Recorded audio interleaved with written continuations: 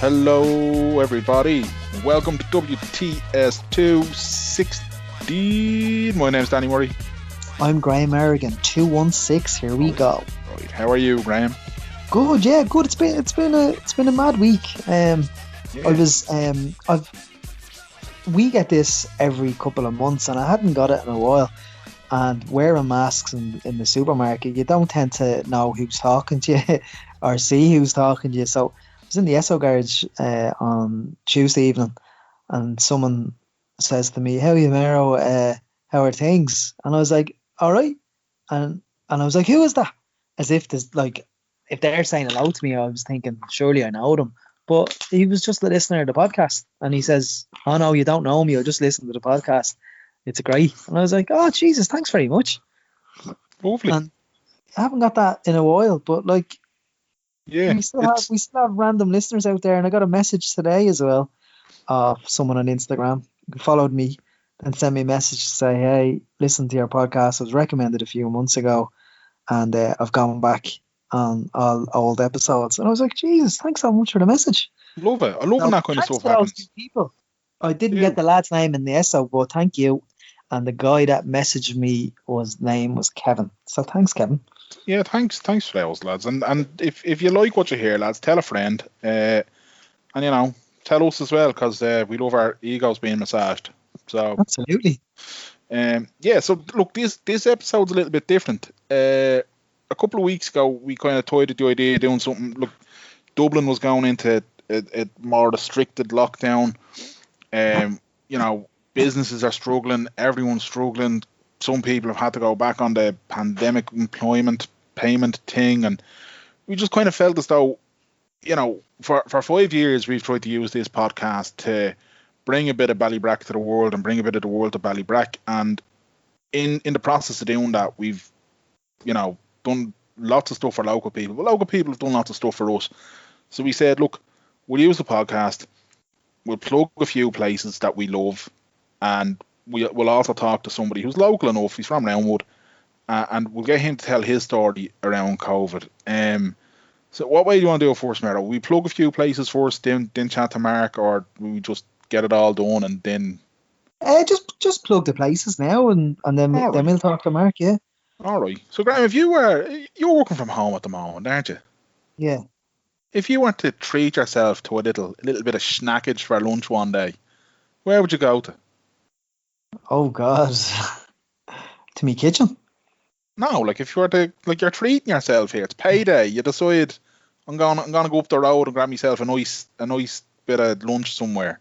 Danny, we never rehearsed this. What do I say? I know we didn't, Graham. I'm just looking to see where you'd go. If somebody said to you, "I'd love to go for a nice sandwich or a cup of coffee," where would you go? Spar. You'd go to. Is there even a Spar in the village? And now I'd go to Spar in Shankill or Glenageary. Spar in Glenageary, yeah, that's a good Spar, all right. Yeah, I'd go to Cafe. I'd go to Cafe Solo myself now. Ah, yeah, no, I'd go to Cafe Solo too in Killiney Shopping Centre. Yeah, exactly, yeah. Because they're actually, the Coronation wrap in Cafe Solo in Killiney is... What's a Coronation wrap? Coronation chicken. It's chicken, obviously, right? And the wrap is toasted, but the chicken is in this kind of creamy, kind of curried mayonnaise. Oh, and wow. It is sensational. And you get that with a few chips, and taste buds do explode, man. I love cafe soup. Yeah, big fan of cafe soup. It's probably second only to funeral soup. Yeah, no, funeral soup's the best. Yeah, you won't get better than funeral soup. Funeral vegetable soup is to die for. Jesus, I didn't mean that. I was going to say that tends to be how the soup happens, man. Oh, jeez. But yeah, anyway. So Cafe Solo was first on the list. For me, Cafe Solo is a must visit, and Paul and the guys in there are absolute diamonds. Great coffee, great grub. So lads, if you're looking for somewhere to go for something nice, they're doing takeaway. Treat yourself. Grab something. Support local business. Me and the brother used to go to in the early stages of lockdown. We used to go to News Cafe's sub shop secondary shop in Cabinteely Village. Oh, And we used to get the wraps and the rolls and all. They're absolutely sensational. love News Cafe, to be fair. Yeah. News Cafe's sensational. Oh man, News Cafe, a hungover breakfast roll from News Cafe is one of life's great pleasures. Yeah.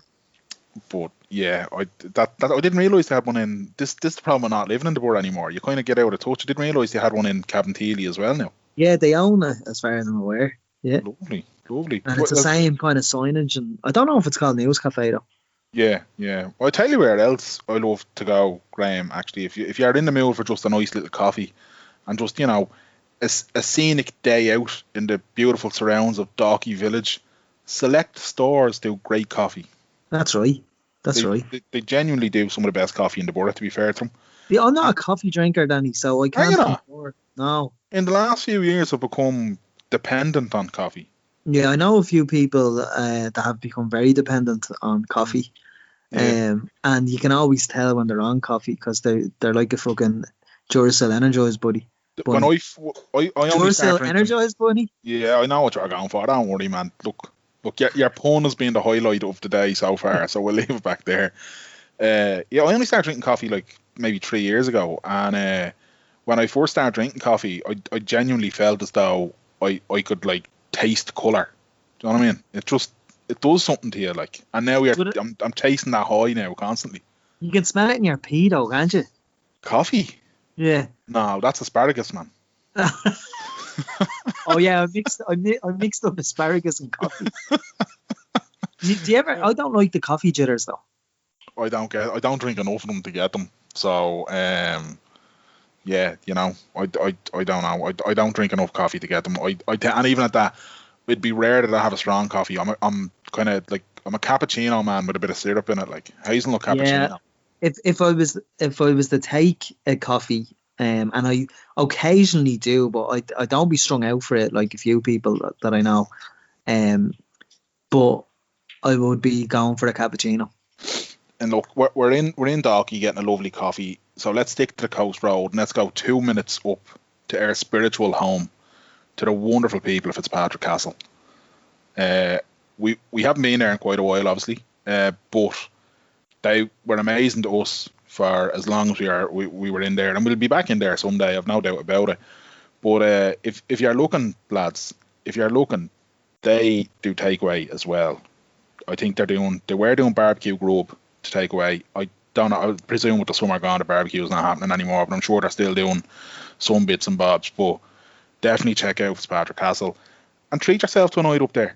You know what I mean? When this Dublin lockdown lifts, why not treat yourself or buy a voucher? And you never know. Like Christmas is coming up, treat a loved one. But look, Fitzpatrick Castle have supported loads of people locally for years and years. They've employed people locally for years and years. They use local suppliers. They supported us.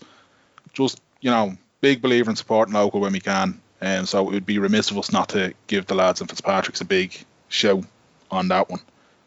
And then you're working your way back towards Ballybrack, Graham. Know what I mean? So you've gone Dalkey, you've gone there. Café de la Gare, the little coffee shop beside Cloyney Dart Station. Never been in it. If you're talking about good coffee, do you like a chocolate muffin? No, I'm not. I never took to muffins. Never took to muffins? What is wrong with you? No, I mean, there was. Where was there? There was a place that used to take them out of the oven and they'd be still warm, and a toffee one in the middle. The toffee in the middle would be still warm, be sensational. But that's those guys. These chocolate muffins. I'd never go out of the way to get a muffin. Well, if you ever happen to be, I'd love if someone could recommend you and I where we can get proper cinnamon buns. Oh man, a cinnamon bun. So we've been having this conversation for 4 years now, Yeah. where they're in the food court in the MGM Grand in Las Vegas. There was this little Italian pizzeria place, but in the morning time they done breakfast stuff, and part of their breakfast featured a cinnamon bun that was as big as my head. And myself and Mero every morning over there would go and we'd get one, and it was the delight. Over here, everyone does cinnamon swirls. They don't do a cinnamon bun in the same way. No, the cinnamon bun is very bready. It's syrupy. It's cinnamony. It is a taste sensation. I'm drooling here.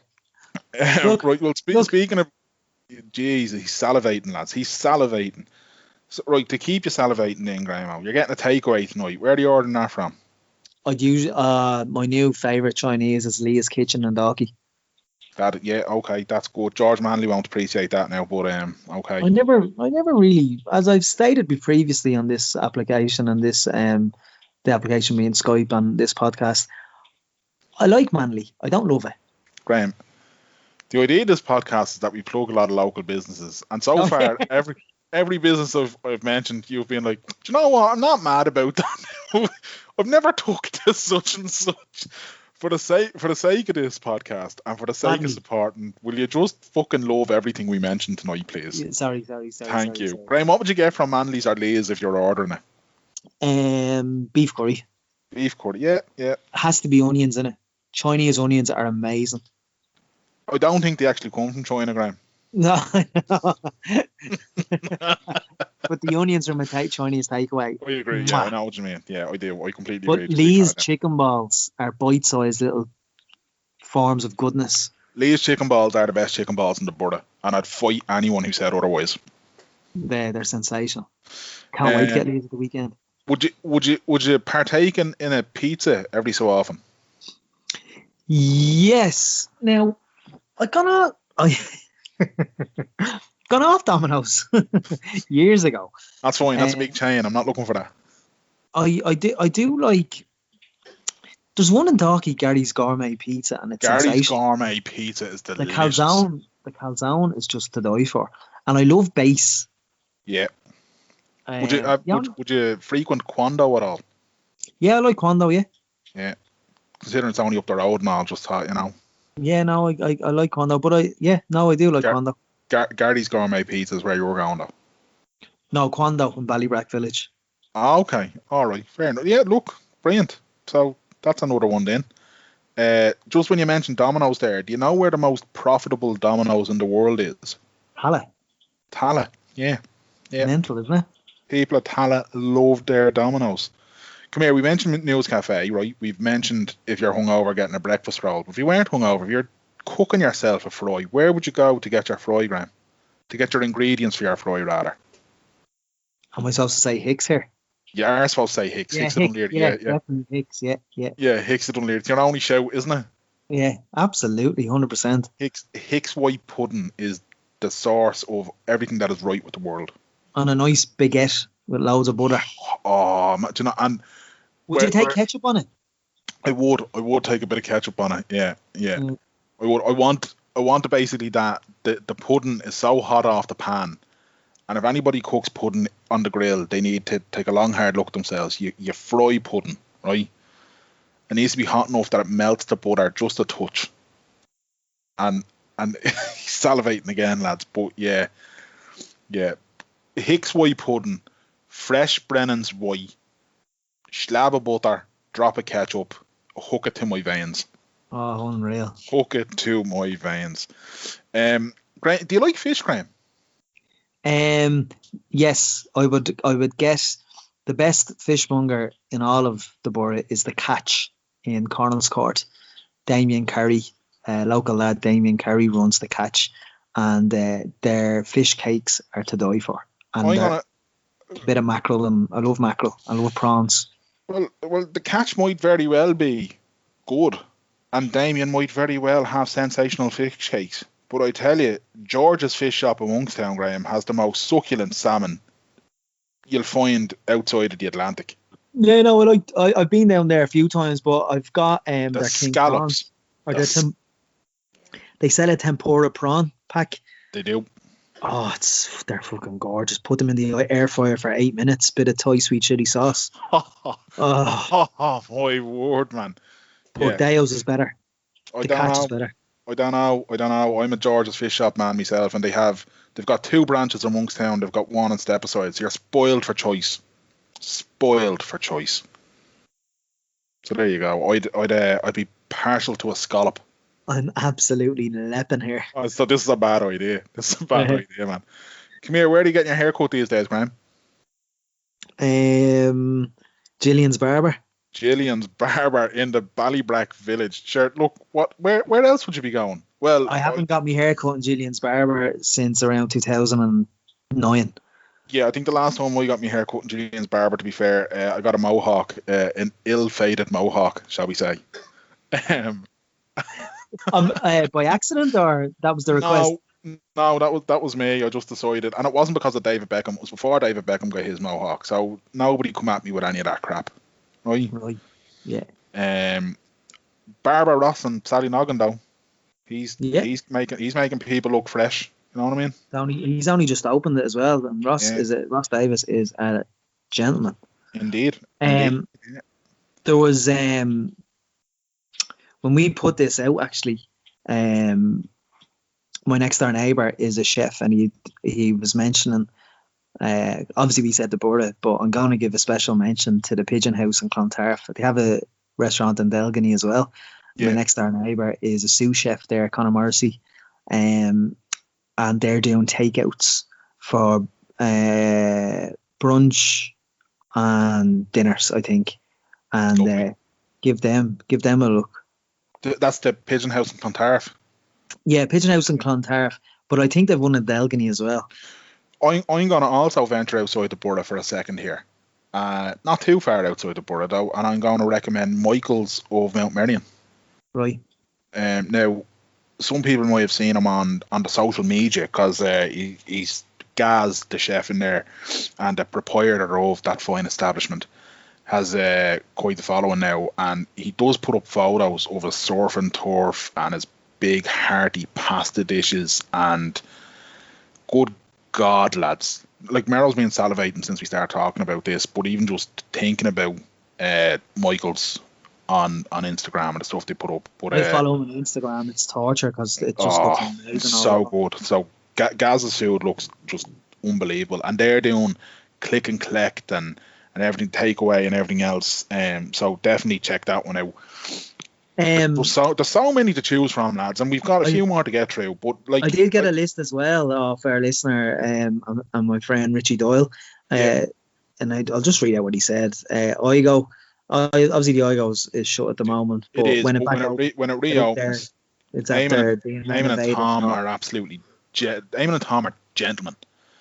So he said Quando Pizza has been a success throughout COVID. He said JJ Darboven and Dunleary for coffee. He said Country Bacon Docky, which is an absolute great shout, by the way. Country Bacon Docky. Yeah. Their rolls, ham and coleslaw, and their meringues, unreal. Oh man, a ham and coleslaw roll. Oh, and he said, simple but beautiful. While expensive, he said, it's fucking massive. He's talking about Cavistons and Glassfield. Now, Richie does have expensive taste sometimes, but that was Richie's shouts for local where he shops. Well, I tell you where, he's not wrong about Cavistons, but I tell you what, I'd go 5 minutes up the road and I'd venture into the beautiful Italian establishment of Toscana. Oh, yeah. I've been to Toscana for years. Love Toscana. Aggie and his crew in there run just a taste sensation. Everything that comes out of that kitchen is just sent from the gods. Yeah, so, great. Yeah, big fan of that. Have you tried Little Dumpling? Do you like dumplings? Oh, I love dumplings. Have you tried Little Dumpling in Dunleary yet? No, I've tried. Are they the lads that do they have a tent at the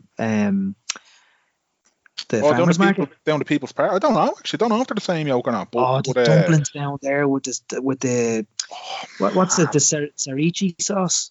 Sriracha. Sriracha. Yeah. Sriracha sauce. Get out of it, would you? Absolutely massive. Little Dumpling. I think it's only new. I think it's only open the last couple of months or whatever. But if you're a fan of dumplings, it'll be heaven. Absolute heaven. Gourmet food parlour. Massive. Unbelievable. Are you a fan of Indian food? Oh, who isn't? Sensational. Feed it in Cabinteely. Yes. Christian and the lads in Veda in Cabinteely. Oh my God. It's right beside the Horse and Hound. Spice Cottage is lovely. Spice Cottage is lovely, but my vote is going to Veda. It's right beside the Horse and Hound, lads. If you haven't been to it yet, or if you've passed it by and you've gone, I must go in there someday, treat yourself. Stop what you're doing. Take out your phone, open Just Eat, or just get their phone number, ring them. Oh my God, the chicken Everywhere we've pakora. mentioned when you go in, say you heard them on our podcast. Do absolutely every one of them. Tweet them, Instagram them, whatever. Just tell them, and just support them. Even look, there's a lot of these places that are doing gift vouchers. Even if you're not going to go in and get something this weekend or whatever, there's occasions coming up, and businesses would just be fucking delighted to have people interacting with them and crossing the fucking threshold of their door. So get out and support them and everything else. But some of these places, the food I mentioned, I haven't had my dinner. I am lepping. I'm lepping. I'm like, hurry up, Danny, anymore. For the first time I'm ever recording a podcast, Cubes is sitting on the chair beside me, and every time you mention something, I'm like, oh, that's nice. Oh, that's lovely. like every time you mention something, she's just nodding and like looking at me like, can we go there? Can we go there? Yeah.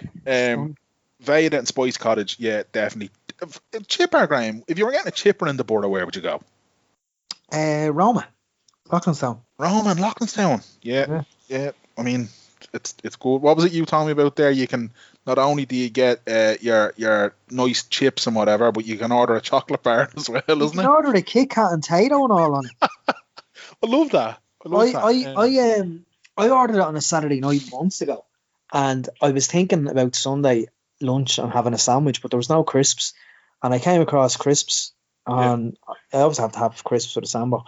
When I came across crisps on the Roma menu, I was like, give me a couple of Tato there and a chunky Kit Kat. I fucking love chunky Kit Kats. Actually, chunky Kit Kats, they've released new flavours and I can't find them anywhere. Yeah, I don't just your bog standard run the mill Kit Kat chunky and a cup of tea. No, I want the mint one. I want to taste the mint one. I don't know. When it comes to mint, I love a Viscount. Oh, Viscounts or Viscounts? Viscount, probably. I don't know, man. You know. I'd mill the whole pack though. That's the problem. You would. And do you know what else I love? Have you had a mint club milk yet? No. Oh my word! Have you had the wafer? Have you had the wafer clubs? No, I don't think I have. Oh, they're lovely. My God. I hope people listening to this are making a shopping list and they are half as hungry as we are. For chippers, if I'm not feeling adventurous, I'd probably just get Pan Beach myself, just classic run the mill Rito special. But I tell you where I absolutely fucking love for a good bag of chips, Libro's and Dean's Grange. Yeah. If I'm in the manor in Cabinteely, Shane Fitz's mother's residence, I would get Liberos. Liberos, yeah, absolutely. Have you read any good books lately, Graham? Yes, I've read Champagne Football. Well, I'm halfway through Champagne Football. Champagne Football, yeah, absolutely. A must read for any Irish football fan. End of me bed. Champagne Football. There we go, lovely. And I noticed a nice $14.99 price tag on that. An absolute bargain, if you don't mind my saying so. It is an absolute bargain, but you're reading it just disgusted, like. Oh yeah, 100%. Yeah, it'll put you in foul humour, but at the same time, put you in foul humour. I try to read a chapter every night, but there's nights where I'm like, no, I need me head. That's it. And I noticed as well, because you have a little sticker on the front of it there, you have resisted the temptation to order off Amazon, and you've bought in a local book establishment. That's right. How did you know that from looking at the book? Because there was a sticker on it, Graham. All right. And if you got it on Amazon, there wouldn't be a sticker on it that says $14.99. Right, sorry, apologies. I should have pretended it was some sort of mystic fucking just genius there. But anyway, local bookshops, lads. Look, I know it's easy to buy off Amazon. I know I've done it. I don't know how many times, but coming into November, December, when you're starting to buy presents for people, and if you're thinking of picking up a book for someone, or you're thinking about getting people presents, I know online shopping is going to be so tempting and everything else, and Amazon's so convenient, but lads, Jesus, go down to Dewberry Books, go down to Easton's, go down to your local bookshop, pick up something in there, pick up gift vouchers for people for local businesses. This year more than ever, I think, try and buy local when you're thinking of your presents for people and all that kind of thing, because look, whatever about 2020 being a bit of a shit year, I think 2021 is going to be even tougher for people as they try to recover. So do as Mara was doing, go to your local bookshop, pick up a copy of the wonderful Champagne Football or the latest Rosso Carroll Kelly book, an absolute laugh a minute. Braywatch. If you need cheering up, no better bugle than Ross. So many options out there, man. You know, support your local veg man, support your local butcher. You know what I mean? You'll always do your shopping in your Tesco's or your Duns or whatever, but there's no reason why you can't pop into the small local butcher and pick up a few bits there. It doesn't matter if you're only spending a tenner. That tenner goes a long way in that shop. Just try support local in all these lockdowns and COVID madness that we're all in. That's my bit. I'm done preaching. Lovely. Now, I'm starving. I'm starving as well. So then we have to go through an interview now as well. Yeah. So because obviously we said we'll try and get this person on, considering, we were talking about COVID and lockdown and stuff. So we are going to talk now to Mark Burke, who is a COVID survivor. Doctors were calling him the medical miracle. And Mark is from Roundwood, and I don't know why I said he's from Roundwood. But anyway, here's the interview that we conducted with Mark, the COVID-19 survivor, the medical miracle. Joining us now is the medical miracle, COVID survivor, Mark Burke. Thanks for joining us, Mark. How are you? I'm good, thanks. No problem. You're welcome. No problem. I'm doing good. Very tired all the time, fatigued. Apart from that, I'm healthy. Everything's there and everything's working. So yeah, good stuff. As opposed to the options I had back in March, April, look, it's all good. Tell us about that, Mark. So when did you contract COVID? I got it. I probably first showed symptoms around the 19th, 20th of March. Got a test done because I was a little bit apprehensive, with everything the way it was coming out and it was coming across Europe. England was getting it rough. It was only starting here. I just didn't feel right. So when I got tested, at the time it was all new here. Nobody really knew what was going on. It was taking 4 or 5 weeks to get results, and you can understand that. It's not a complaint. But that was on a Tuesday. The following Saturday, I had to go to Vincent's. I was bad. The care doc sent me in, high fever, I vomiting, diarrhea, sweats, aches, pains, coughing, sneezing, and they diagnosed me with COVID pneumonia in there in Vincent's. Was it like anything you've ever experienced before? Well, I'm going to be quite honest with you. From the time I first started showing symptoms, which was, let's say, probably the 20th of March, it was 2 days, and I've no memory then on. Wow.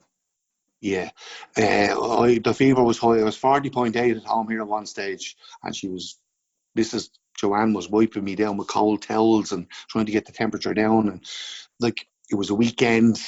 Doctors, care docs were involved, hospitals were involved. Got me in eventually anyway, and within 36 hours of me going into Vincent's, they phoned my wife to tell her that I'd been rushed to ICU. I'd stopped breathing, lungs were full, and they intubated me, ventilated me, put me in a coma and paralysed me. I was like that till Good Friday. They took me out of the coma on Good Friday. Wow. But in the period of time I was in ICU, in a coma, paralysed, in that period of time I was 7 days like that, no improvement. So they had given me a less than 5% chance at that stage anyway. But what was to follow was really the nail in the coffin, or nearly was I developed an ischemic bowel. The blood thickens with COVID, and I don't think at that time they realised that. And it was only then they started giving out anticoagulants to patients to stop the blood thickening. But that's what I got a clot to the bowel basically, and stomach expanded and stuff came up the tubes, and had to be, they had to do an emergency scan where they could see an ischemic bowel. At that stage, it was less than 24 hours and on the verge of multi-organ failure, is what my wife was told. Okay. And they looked to do it. They said they'd do whatever they could for me, and they gave me everything. They give me everything. Yeah. They threw the kitchen sink. That all that being kind of in the early stages as well, like the early stages. If I wasn't one of the first, I was very, very, very early. But I think I might have been the first to develop a clot to the bowel that caused it to go ischemic. And that was thrown through the curveball really, because I was bad enough with the COVID, and then this happened. you know. So, like, there wasn't much hope. It was like the report, we got the medical report, and the reading on it is like unreal. Like the outcome wasn't good at all. You know, they gave me less than 24 hours, as I said, and at that stage, there was nobody allowed into hospitals. You weren't, next of kin weren't allowed in. There was, you know, they were FaceTiming families and saying goodbye to their loved ones and parents and brothers, sisters, whatever. Do you know what I mean? It was, but a call was made by one of the staff to bring my wife and children in to say goodbye to me. And after that happened, there was obviously a meeting about their situation and what the nurses had to go through in them situations. And it was agreed that they could bring next of kin in.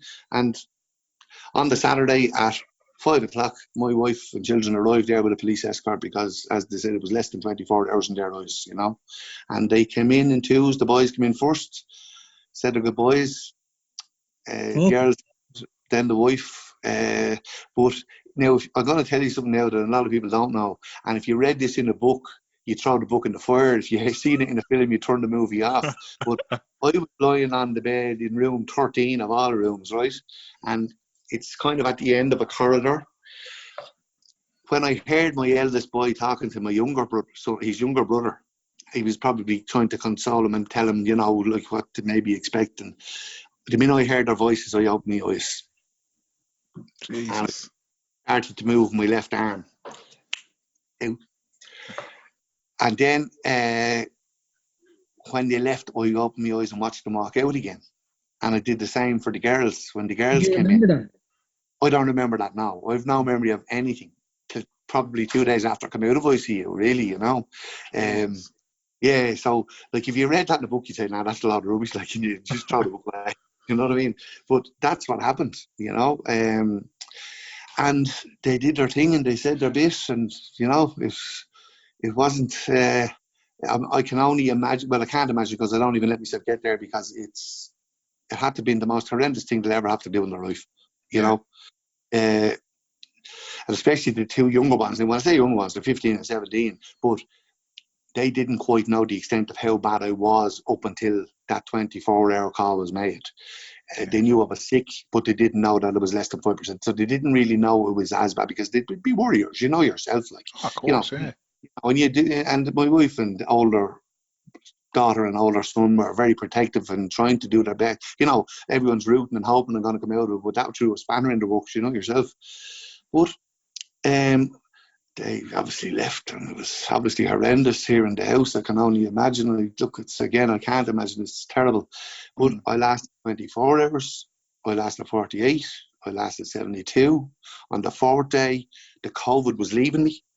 It had come down to less than 20%. Which meant I was strong enough to come off the machines, and I could breathe unaided for the time they needed to do an proper scan of me.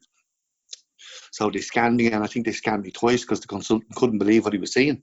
Like, the bowel was shown to be repaired. Now, in medical history, it's never known to have happened. So they finally agreed that it was repaired, and they couldn't believe it. They were in dismay. Then one of the nurses in question that would have been taking care of me regularly was actually in the room for the scan, and the disbelief among the consultants was huge. They just could not understand it, so they had to scan me again. I think the next morning they had to have a meeting, confirm everything before they could tell me wife. And she got the call the next day to say, listen, from the consultant that told her I was 24 or less, he just said, I don't know how I'm making this call, but he said he's going to be okay. Like, 24 hours later, that was it? Oh, 4 days later. 4 days later. Yeah, 4 hours, but it lasted the 4 days. And on the fourth day, because the COVID had left me, they were able to take me off the machines. So they couldn't take me off the machines. And at the time I got the clot, they put an oxygen line into the bowel to try and revive at least 15-20% of it, which would have left them put a bag on me if necessary, if I got over the COVID, you know. Yeah. But it had repaired itself. So what were the wife and kids like on day 1, day 2, day 3 after visiting you before they got the phone call on day 4 to say... They were grieving. They were grieving for me. Do you know what I mean? Yeah. Like, as far as they were concerned, like they were told there was no chance. He's on the verge of multi-organ failure, which I was. Like it wasn't a mistake or an error, or it wasn't. You know, that's what they saw. They saw an ischemic bowel. They can't see that for no reason. You know, the evidence that my body portrayed was all the evidence of an ischemic bowel. So they made that call, and only those calls are only made when it's vitally necessary. So they had 4 days of torture, like, and then of course after day 2 they're probably thinking, Jesus, he's hanging on, you know, maybe, you know, there's a bit of fight there, and they obviously thought there was a bit of, you know, there was maybe a bit of hope coming back in with them, you know, and then it was just pure disbelief and joy when they got the call. Like I think they went on a 3-day bender here in the house. Like, why not? I've no idea. Now, I can't say it, but I think my 14 or 15, my 15-year-old might have been slightly inebriated. If ever there was an occasion that it's acceptable, like, there's a few suspect photos going around. Before this, Mark, and before you got it, let's say go back to January, February, when all of us in Ireland were hearing of reports and China and hearing reports of Italy. What was your mindset about it? What did you think when you were reading, like, and you were doing your day-to-day work? You were being better and all. Well, I'll be honest with you now, I was getting prepared for it business-wise. I was actually a little bit afraid of it, you know, because I saw what happened in China. We saw what was happening in Middle East. We saw Italy. Italy was the big wake-up call, I think, for Europe. And then it hit the UK fairly rapid and rampant. Now, I know we closed down a lot quicker, and we made, you know, we made precautions a lot earlier, and I think it stood to us. I think the government and the Minister of Health, they did a fantastic job. I don't think they could have done any better job, to give them credit, you know. But I don't think they were prepared for the level of it. They didn't know what they were dealing with. It was new to every one of them. Nurses, doctors, the health minister, the first line, the front line workers. They hadn't a clue. They hadn't a clue what was going on. And you weren't a skeptic about the whole virus then before? Oh, absolutely not. I actually was afraid. I'm not the type of person that would, let's just say, be looking over his shoulder and anxious of things. I'm kind of fly by night. I'll worry about something when it happens. Do you know the kind of way? Yeah. This thing, I didn't dismiss. I was apprehensive and anxious about it. Yeah. Now, my missus would be, Joanne is her name, would be, I'll refer to her as the missus probably. Joanne would be very apprehensive about things like this. And she would have been, but the fact that I was apprehensive made her a lot more apprehensive, because I don't get like that. Do you know what I mean? Yeah. And then when I started showing symptoms, you know, like the only saving grace was when I isolated immediately. I went to the room, the food came in through the door, you know, the tea, you know, they were up and down to me. Joanne was in and out every hour. She was washing, sanitizing door handles, toilet sinks, whatever plate, cup, sauce or knife, fork I used was scalded, you know. Very, very cautious of it. So, as you would say, a lot of people have disregard for it. Like, you probably see, I did a show, I did an interview with RTE, and went out in the news there Monday night, and it was on their Facebook and Twitter page. And like, I haven't seen them because I don't do social media. I don't have the time for it. But members of my family do, and like, you want to see some of the trolls and remarks that have come in on it. Like, you know, like, look at, you know, just basically insulting me and saying, Asher, you know, look at him, sure, he deserved to get it. He was an overweight fat fucker. Do you know what I mean? Kind of way. And, you know, now, it would have been my only thing at the time, but like, what they see now, you know, is not overweight. It's just little stupid remarks. These people are just ignorant as far as I'm concerned. And as like the wife, she didn't tell me for a day or two. And I said, why would you not tell me? It doesn't bother me. I never worry about what other people think of me, because what you see is what you get. Do you know what I mean? You have tuppence for it. And everyone is entitled to their opinion, you know? But I think what gets out of hand then is that people are basing their opinion on opinions, and it's not fact. You know what I mean? unless you experience it firsthand, Yeah. or you know somebody, or a personal friend, or a family member, or a neighbour, you have no idea. Absolutely. And Mark, No. to kind of jump back into, as I said, 4 days after kind of, for want of a better term, you're being written off. Yeah, but You it know, wasn't.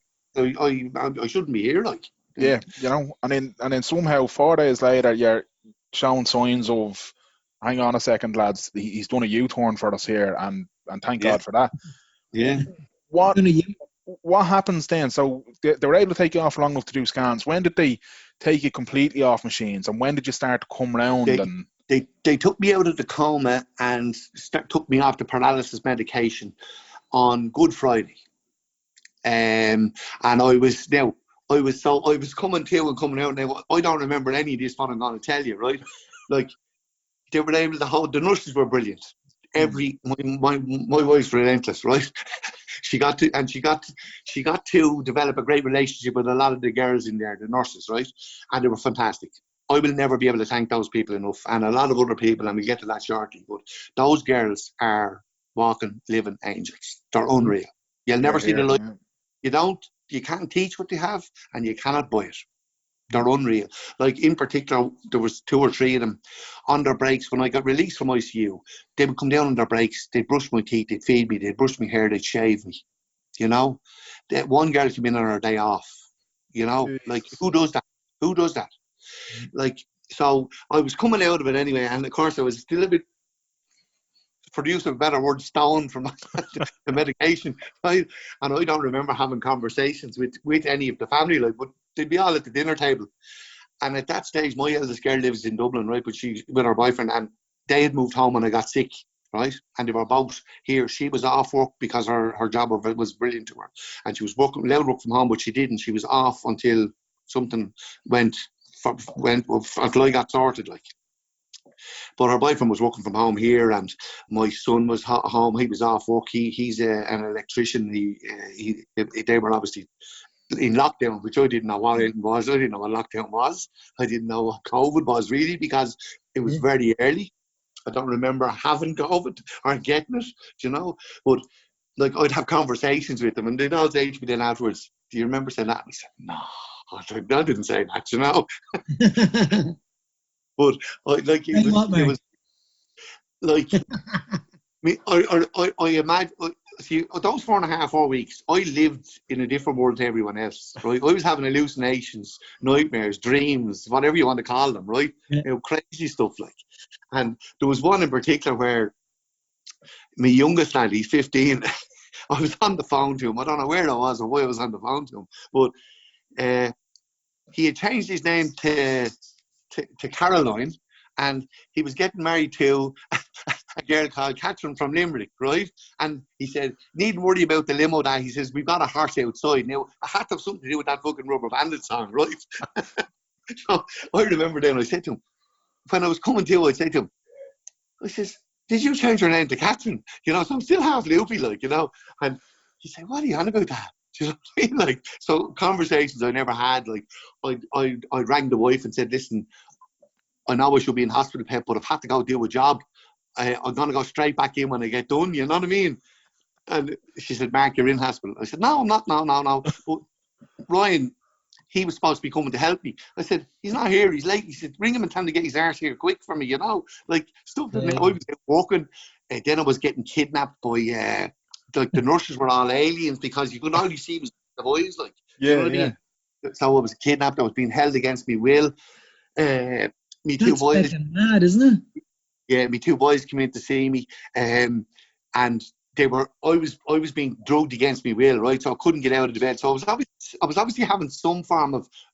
I knew I was comatose and paralysed, but I thought I was being held captive.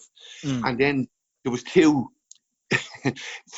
and by no way discriminatory here. There was 2.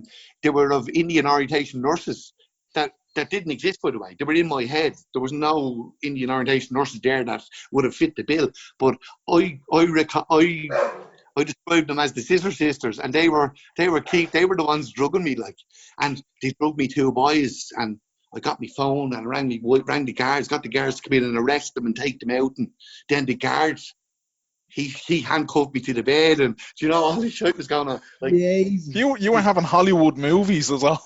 Listen, and there was one other one. This is the best one. There's a lot more, but this is a really good one. Myself and my wife, we were in Iceland in January, right, for a week.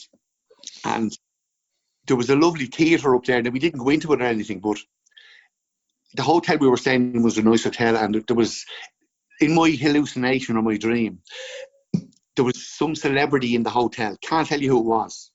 But myself and her decided to rob this celebrity's room, right, of her jewellery. So we robbed all our jewellery, right?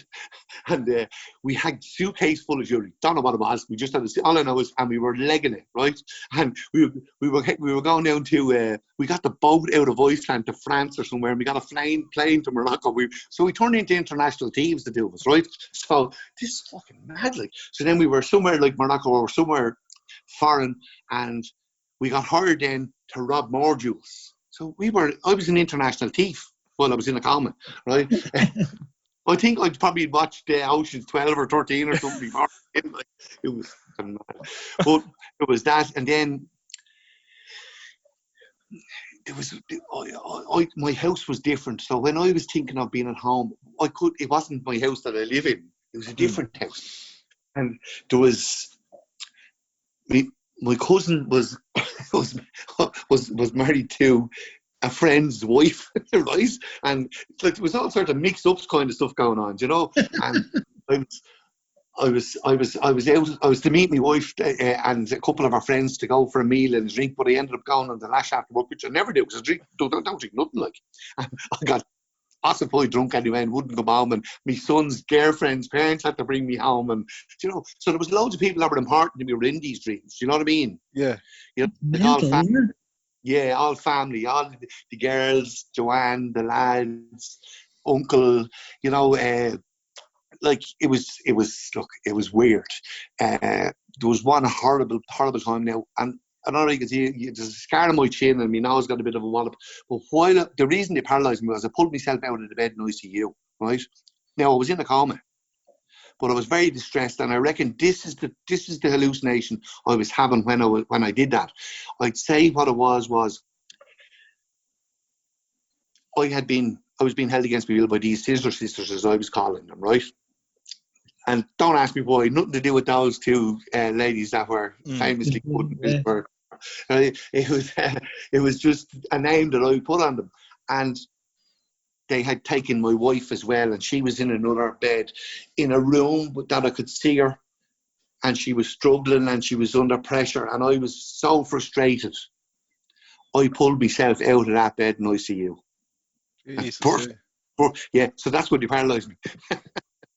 It's mad. It's mad. The nurse said, "What the hell do I have to do to keep this fella still?" Like, you know what I mean? And so, dreams aside and everything else, then, at what point did Joanne or your young lads or whatever start telling you about kind of what had been happening for the last couple of weeks? And right. So when I got out of ICU, they released me out of ICU on Easter Sunday. I went into the high dependency unit because I still had a fever because the central line in through my neck got a bit of an infection, right? So the fever, I got a little bit of a fever on the Sunday, but I was okay by the Sunday night. And they moved me up to the recovery ward on the Sunday night. So I came around in the recovery ward on the Monday. Now, I was probably still a bit groggy in the early days there. But by the Monday evening, I was fairly focused. I didn't remember nothing, didn't know what had happened to me. I had COVID. I didn't realise what COVID was. So they were drip feeding. Now, they weren't telling me a whole lot either because, they didn't want to scare me either or startle me. You know what I mean? Like, didn't want to worry you. Pardon? Didn't want to worry you. Exactly, because like I can't walk. I can't lift my arms up to feed myself. And it was one funny situation where the nurses were feeding me, but I also had a bowl of a great bunch of grapes and blueberries. I love blueberries, and the missus had sent in loads of stuff. She sent in about 3 suitcases of stuff. I think she was going to thought I was going to get in a plane when I get out because one days what was there wasn't worth talking about. I had nothing left in the house. I think she thought I was staying. Like, so anyway, I had these, and I couldn't get my hands to my mouth to feed me, so I'd get them about to belly button height, and I'd have a handful of blueberries and grapes, and I'd just fucking throw them. And I'd get one in my mouth, the fucking hell, I'd go all over me. Like, and my t-shirt on was purple, you know, from blueberries and grapes, crumbed into the bed, the whole lot. Yeah, and the nurses were feeding me, and the nurse told me this story. Now, I don't remember this story. This was in HDU on Easter Sunday. They fed me a small Easter egg. It was soft in the middle. And she said, I took a bite of the Easter egg. She said, my two eyes just looked at her, and I lunged at her. I tried to bite the rest of it out of her hand, like, you know. She said nearly bit the hand off her. Merno gets like that with Christmas dinner. Oh, yeah. Oh, you can't beat a bit of turkey in hand. Exactly. And so, like, I'm just, it's mad that, like, the dreams and everything, like, because obviously in the news or on the news or There's whatever. loads more of that, though. Do you know? There's so much more.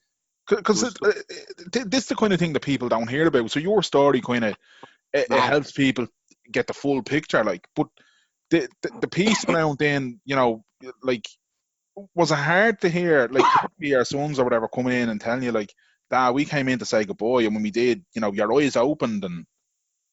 Well, they did. Now, listen, when I got out, right, of course, everyone was treading very carefully. I was very weak for a long time. And that's no joke. I'd say probably 2 months.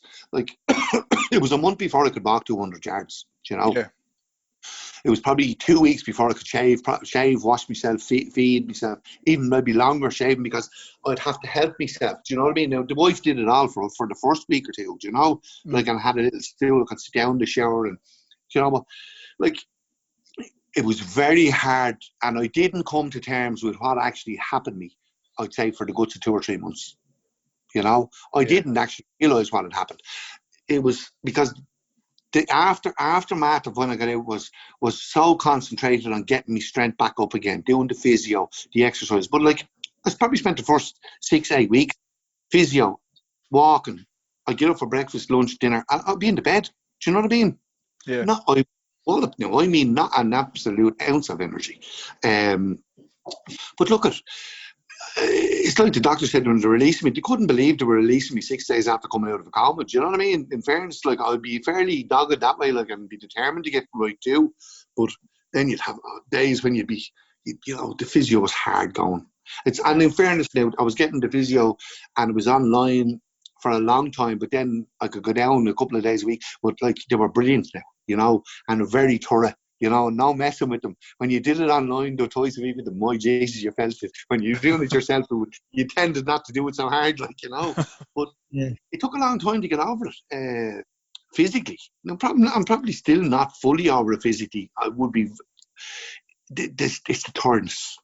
Yeah. It's so wearing. Like, I was even today. Now, I did a couple of calls today, and I was walking above my head. My arms were hanging like an orangutan after it. You know what I mean? So. That's still there, but I've bursts of strength, bursts of energy, but I do need a lot of rest now. And I would be sleeping very well as well. I probably would have been a brutal sleeper up until that. I'm just too tired now. Yeah. I would have been a brutal sleeper, and I'd have been a stress ball, you know. Now, the way I look at life is, it'll happen when it happens. And what it made me realise was that life still went on, whether I was here functioning or not. Do you know what I mean? Yeah. Like, it doesn't stop just because Mark Burke's not around. Do you know what I mean? So, did it change your life perspective, did it? It has done, yeah. Absolutely, without question. I don't think I'm as stressed. I think I'm probably well more relaxed. I don't let things bother me as much as I would used to have let them bother me. Do you know the kind of way? Now, but still have me moments, don't get me wrong. You know, as I've took the phone back to give the guys a bit of a break, lads. There's a couple of lads working for me there, do you know, and they're flat out and they were brilliant. They've been magnificent through the whole lot of it, you know. Yeah. It's just, I don't think I wouldn't be. I've done a couple of weeks in the last 2 months, and I tell you now, it's been absolutely wearing. It's the exhaustion I felt. I've never felt anything like it before. I'm sleeping like a baby, and I could never sleep. Do you know what I mean? And Mark, I suppose I'm conscious of time, and I know Liverpool are playing Arsenal, and you want to Ah, watch it. So, hope Arsenal are one up at this stage anyway. but in terms of, because look, I don't want to be a kind of doom merchant or a fear monger or whatever. But Hmm.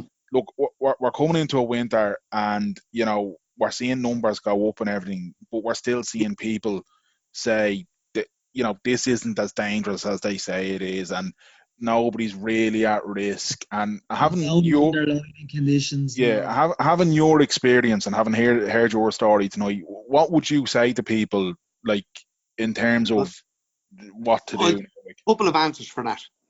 Well, I've one answer, long answer. The answer I'd have for that is, right, the nurses and doctors and hospitals are absolutely dreading the next 3 months. The hospitals are going to be over capacity again. The numbers are going to keep rising. The fatalities will rise. It's down to people individually to wear masks, wash their hands when they're in crowded areas, social distance. The house parties are a problem. The public transport is a problem. The tourist industry is a problem.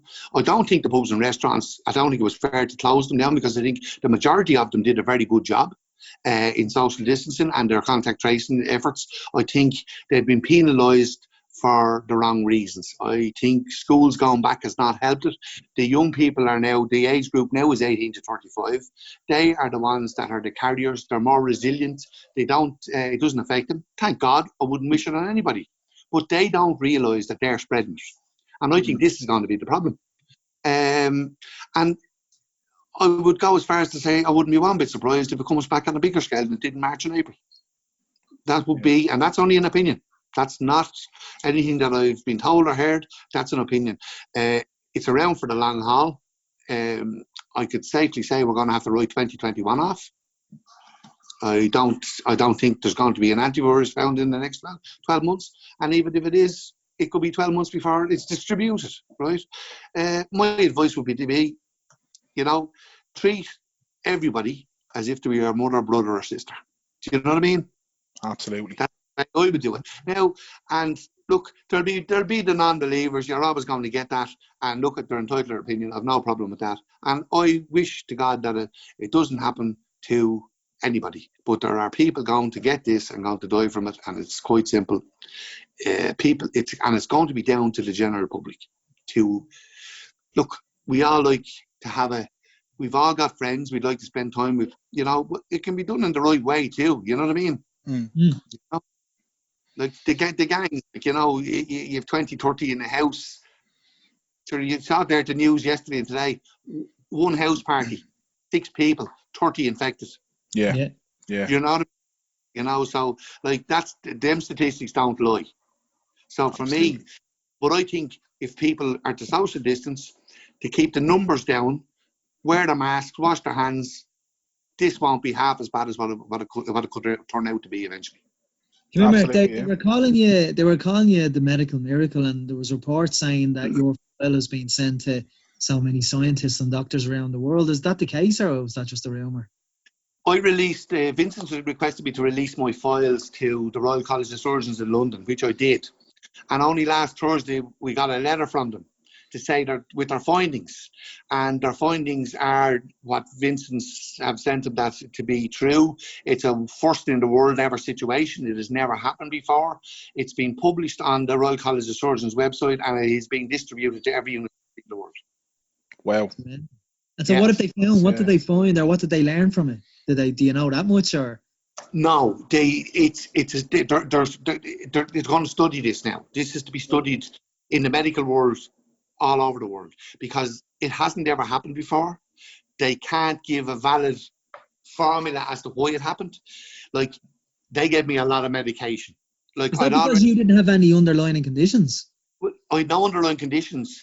It was the clock of the bell was the problem. If the bell dies, if it goes ischemic, it does not repair.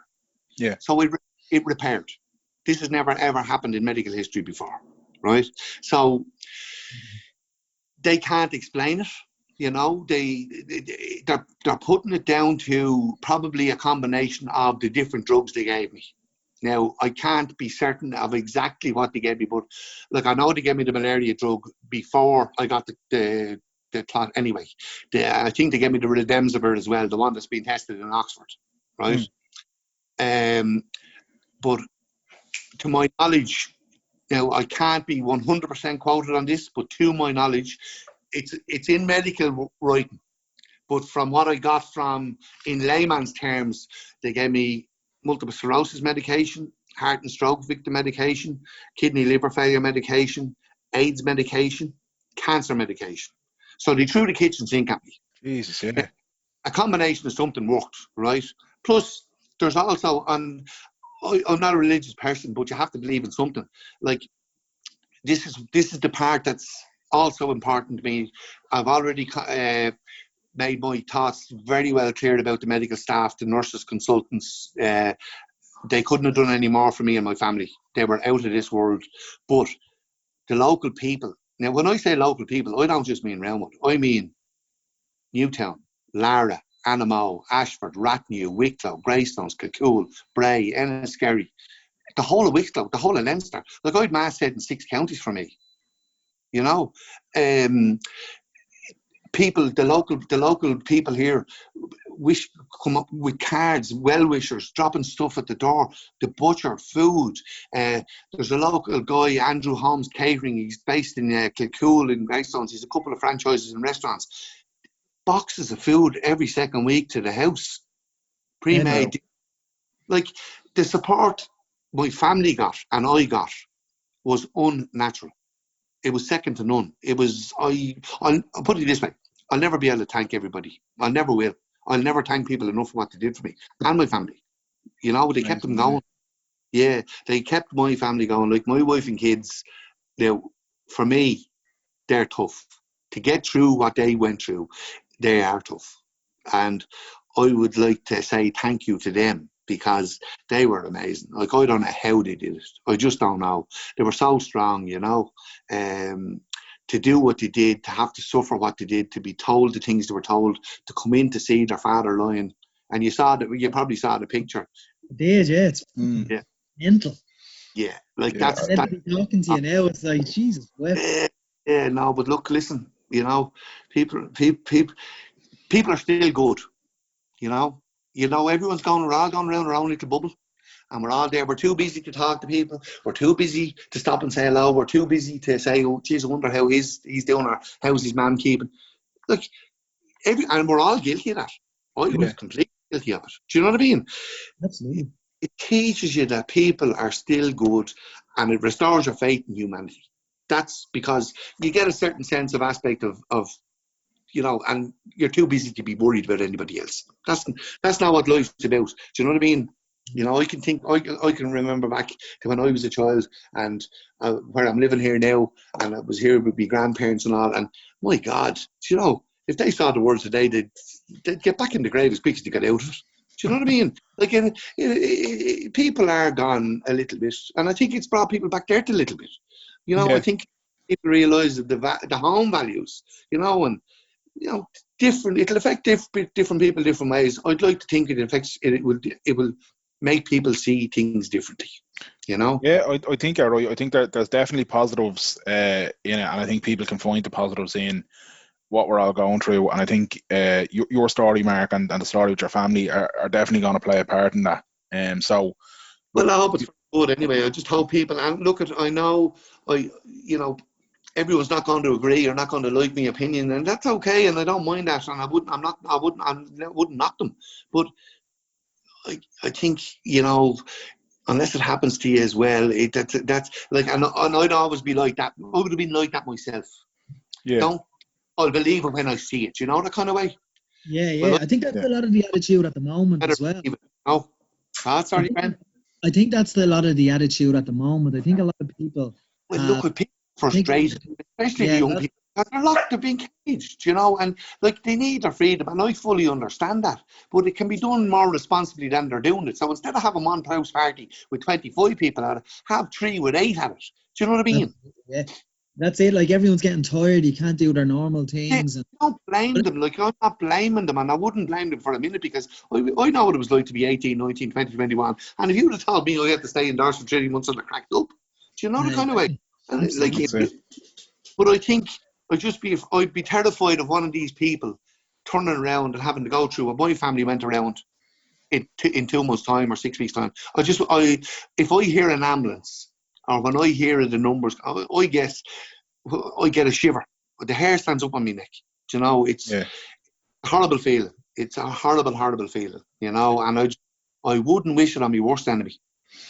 Yeah, absolutely. I'd agree with you. I wouldn't wish it upon anyone. And No. look, fingers crossed, things aren't as bad as they look. They will be during the winter. And as you were saying, there's definitely positives we can all take. Let's just hope it's not going to happen the way they're expecting it. But, Yeah. you know, with it being the winter months, they're going to get their regular stuff. And is this going to play a part? I think it will, you know. And I would sympathise with anybody that has to go through this, and the nurses and staff and doctors and consultants in the hospitals. My God, what they went through! Like, they were hit with a wave. I think that's what the public need to concentrate on is our health, our hospitals can't face this. They don't have the infrastructure to deal with such a virus. They're better now than they were in March and April, that's for sure, because they know what they're dealing with. But are they ready for it? I don't know if they're ready for it. That's it. Well, look, Listen, Mark, it's been a pleasure talking to you. You're an absolute gentleman to give us your time. Mark Beckham, absolutely no problem at all. Medical miracle. Good to talk to you again, Graham. that's it. Well, continued health to you, Mark, and all the best to your family as well. And likewise to you guys. Likewise. Jesus, that's some story, you know. Yeah, it's like, and it was a great interview because he's a good talker. He's a very, very good talker. And, you know, we didn't need to think of segues into a next question because he nearly had everything covered. But it's just what he had to go through, like, and then, like he was saying there about, he did something with RTE recently, and then there was a lot of, I suppose, want of a better term, trolls, you know, commenting. Obviously, trolls who are conspiracy theorists and giving them stick. I think the better term there is arseholes. Yeah, absolute fucking bellends, giving them stick, like, you know. And there will still be doubters that will say, like a lot of the people that are saying reopen everywhere, it's grand, it's been exaggerated. Sure, it's underlying conditions. That, like, there's a lot of people on my social media timeline that was saying, in June, about the Black Lives Matter, that all lives matter. And now when you're trying to bring back some sort of restrictions to help everybody, including people with underlying conditions, it's like, oh no, let's reopen the place. We all need to get it. Let's almost take the herd immunity approach. I mean, I just don't get these people. I don't know. And there's people who are making a big song and dance about the economy. And don't get me wrong. I mean, like, we've just spent a half hour of this podcast kind of trying to plug local businesses, trying to plug places that you can go and spend a few quid and support them, and it'll go a long way. And I know the economy has to survive in some way, shape, or form, but the economy means fuck all compared to people's lives at the end of the day. Exactly. Do you care about the economy when you just want to survive? Like, the simple fact here. Mark said there that he was 5% chance of surviving. Yeah. Look, the simple fact here is this thing kills people, and if somebody's response to that is the elderly and the sick, then that person needs to put stones in their pockets and get in the fucking sea, because dismissing a life based on the fact that they're elderly or they happen to be ill with some underlying condition is not a justification for you endangering them and endangering other people. Why do you think they have that attitude, though? Because they're arseholes. They're selfish.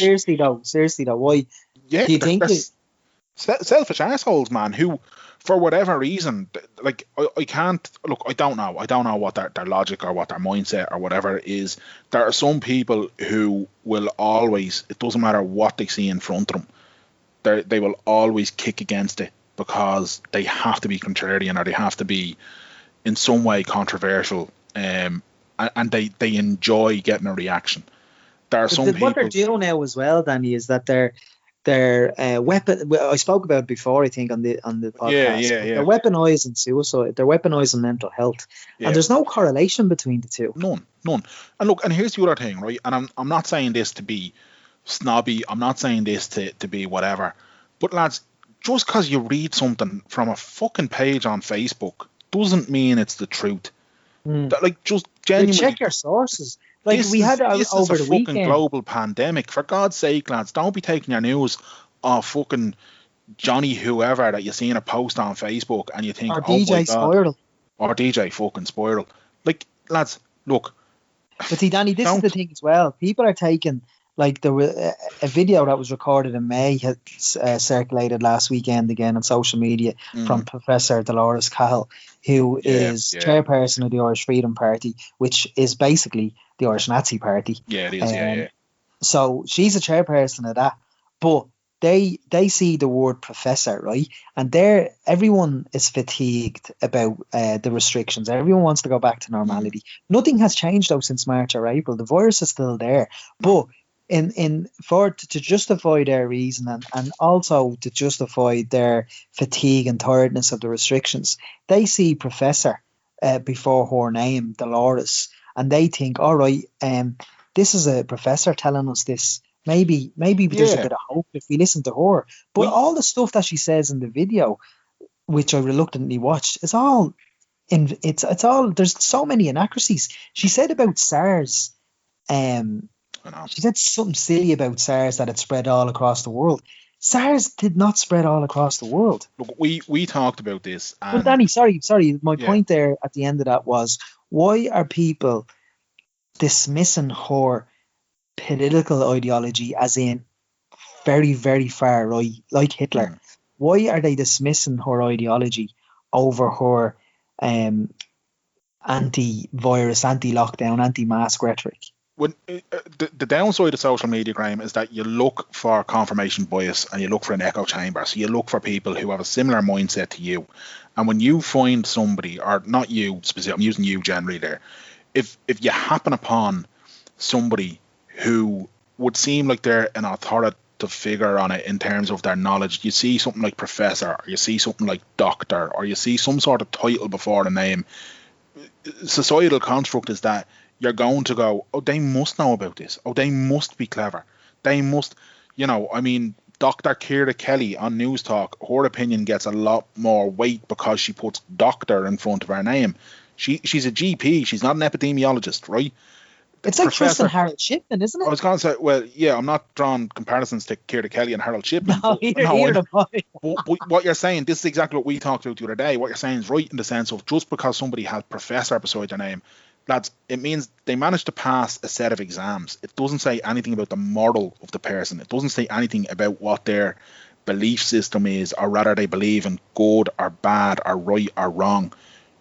Dr. Joseph Mengele was still a doctor. Dr. Harold Shipman, still a fucking doctor. Like, don't put all your faith into a title. Put your faith into what seems right and good. And if somebody is telling you something that ultimately will lead to people dying and people being sick and recovering in a way that isn't going to be good, or it may hurt other people, you have to question that. Why are you getting on board with that? Absolutely. You know what I mean? Like, fucking hell, lads. Anyway, look, thankfully it's not the majority of people and whatever, but at the same time, minority, thankfully.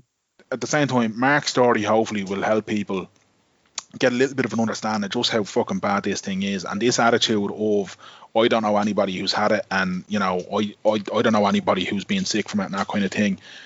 It's ordinary people out there. It's just ordinary bog standard Joe Soap trying to get on with their life, who picks it up in some way, shape or form. It's not their fault. It's no one's fault. This thing is out there, but just wear a mask, wash your hands, take care of yourself, take care of everyone else. That's what this comes down to. Yeah, absolutely. Very ranty there, sorry. Yeah, but sure, that's it. Anyway, if you want to listen to any of our back catalogue... It's because I'm hungry now, you see, after talking about I'm hungry beautiful local establishments that I would love to dip into right now. If you want to listen to all our back catalogue, other interviews, you can search WTSpod on all podcast providers. We're on Twitter at WTSpod, and you can get our website, WTSpod.com. He's at Danjo Murray on Twitter. He loves NBA. I'm at Merrigamania on Twitter. And I hate Fine Gael. Okay? Until next time, clear eyes. Can you do them every week? Just when you're signing off, just give a random fact about both of us. I love that. Yeah, okay, yeah. No problem. Clear eyes. Full hearts. Can't lose. Who swim? Wash your hands.